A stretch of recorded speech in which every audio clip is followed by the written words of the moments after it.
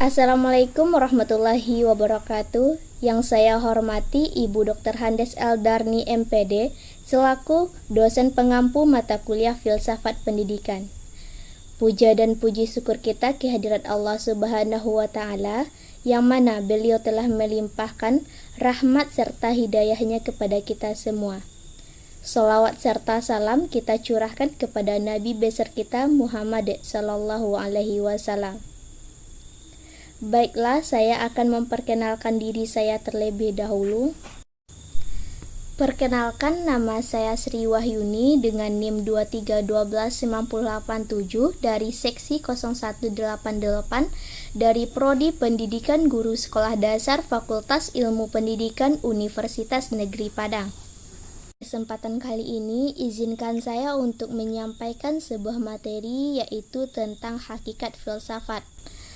Kita akan masuk ke pembahasan yang pertama, yaitu tentang pengertian filsafat. Kata filsafat berasal dari bahasa Yunani kuno, yaitu dari kata philos dan sophia. Philos artinya cinta yang sangat mendalam, dan sophia artinya kearifan atau kebijakan. Jadi, arti filsafat secara harfiah adalah cinta yang sangat mendalam terhadap kearifan atau kebijakan. Istilah filsafat sering dipergunakan secara populer dalam kehidupan sehari-hari, baik secara sadar maupun tidak sadar. Sedangkan menurut Harold Titus mengemukakan makna filsafat, yaitu yang pertama, filsafat adalah suatu sikap tentang hidup dan alam semesta. Yang kedua, yaitu filsafat adalah suatu metode berpikir refleksif dan penelitian penalaran. Yang ketiga, yaitu filsafat adalah suatu perangkat masalah-masalah. Dan yang terakhir, yaitu filsafat adalah seperangkat teori dan sistem. Baiklah, kita akan lanjut pembahasan tentang materi yang kedua, yaitu tentang cabang-cabang filsafat. Yang pertama ada logika. Logika adalah ilmu yang membicarakan teknik-teknik untuk memperoleh kesimpulan dari suatu perangkat bahan tertentu. Logika terbagi ke dalam dua cabang utama, yaitu logika deduktif dan logika induktif. Logika deduktif berusaha menemukan aturan-aturan yang tepat dipergunakan untuk dapat menarik kesimpulan-kesimpulan yang bersifat keharusan dari suatu premis tertentu atau lebih. Yang kedua yaitu metodologi. Metodologi ialah sebagaimana yang ditunjukkan oleh pernyataan, yakni ilmu pengetahuan atau mata pelajaran tentang metode dan khususnya metode ilmiah. Tetapi metodologi dapat membahas metode-metode yang lain. Misalnya metode-metode yang dipakai dalam sejarah. Metodologi membicarakan hal-hal seperti observasi, hipotesis, hukum, teori, susunan eksperimen, dan sebagainya. Yang ketiga yaitu metafisika. Ialah hal-hal yang terdapat sesudah fisika. Hal-hal yang terdapat di balik yang tampak. Metafisika oleh Aristoteles disebut sebagai ilmu pengetahuan yang mengenai yang ada sebagai yang ada, yang dilawankan dengan yang ada sebagai yang digerakkan, atau yang ada sebagai yang dijumlahkan. Kita dapat mendefinisikan metafisika sebagai bagian pengetahuan manusia yang berkaitan dengan pertanyaan mengenai hakikat yang ada, yang terdalam. Yang keempat yaitu ontologi dan kosmologi. Ontologi membicarakan azas-azas yang rasional dari yang ada, sedangkan kosmologi membicarakan azas-azas rasional dari yang ada dan teratur. Ontologi berusaha mengetahui esensi yang terdalam dari yang ada, sedangkan kosmologi berusaha untuk mengetahui ketertiban serta susunannya. Yang kelima yaitu epistemologi.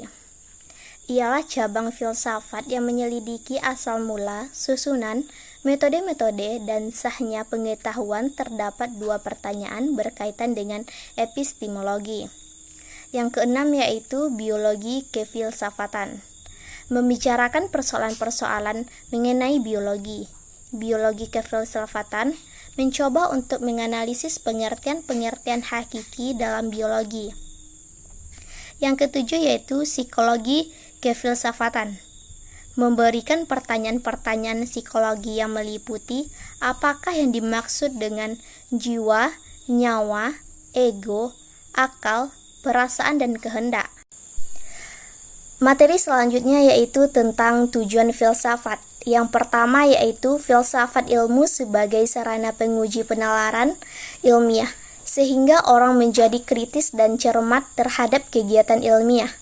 Maksudnya, seseorang ilmuwan harus memiliki sikap kritis terhadap bidang ilmunya sendiri, sehingga dapat menghindarkan diri dari sikap solipsistik, atau menganggap bahwa hanya pendapatnya yang paling benar.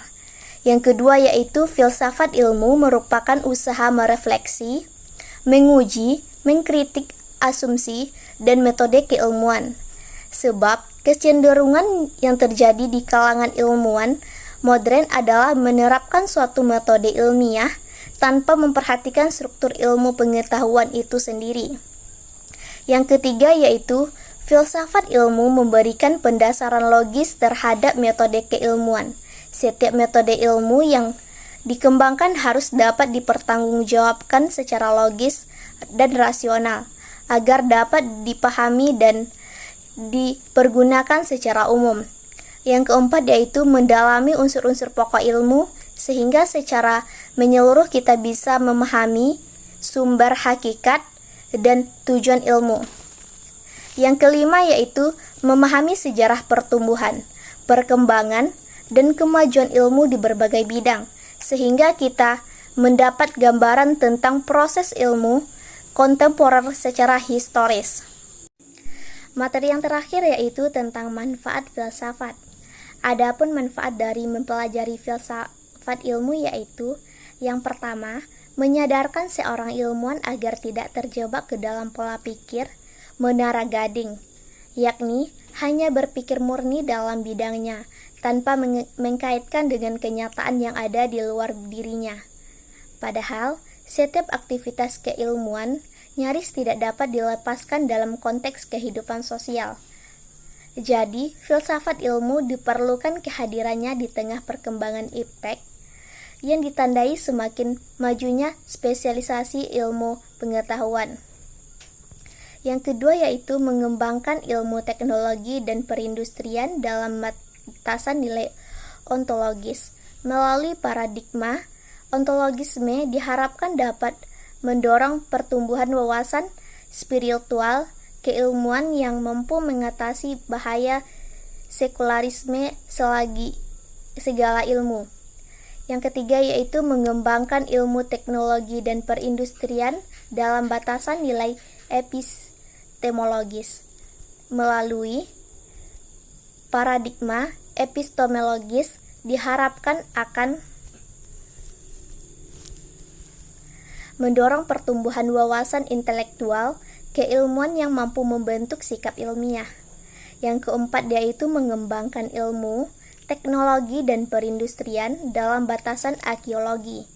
Melalui paradigma aksiologis diharapkan dapat menumbuhkan nilai-nilai etis serta mendorong perilaku adil dan membentuk moral tanggung jawab.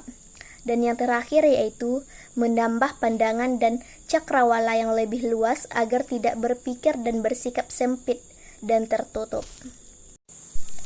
Jadi, kesimpulan dari materi tentang hakikat filsafat yaitu berfilsafatlah adalah berpikir dengan sadar yang mengandung pengertian secara teliti dan teratur, sesuai dengan aturan dan hukum-hukum berpikir yang berlaku. Pembagian cabang-cabang filsafat ini, masing-masing tokoh memiliki metode yang berbeda dalam melakukan penghimpunan terhadap lapangan-lapangan pembicaraan kefilsafatan. Baiklah, sampai di sini dulu presentasi saya pada kesempatan kali ini. Mohon maaf atas segala kesalahan, terima kasih atas segala perhatian. Saya akhiri dengan Assalamualaikum warahmatullahi wabarakatuh.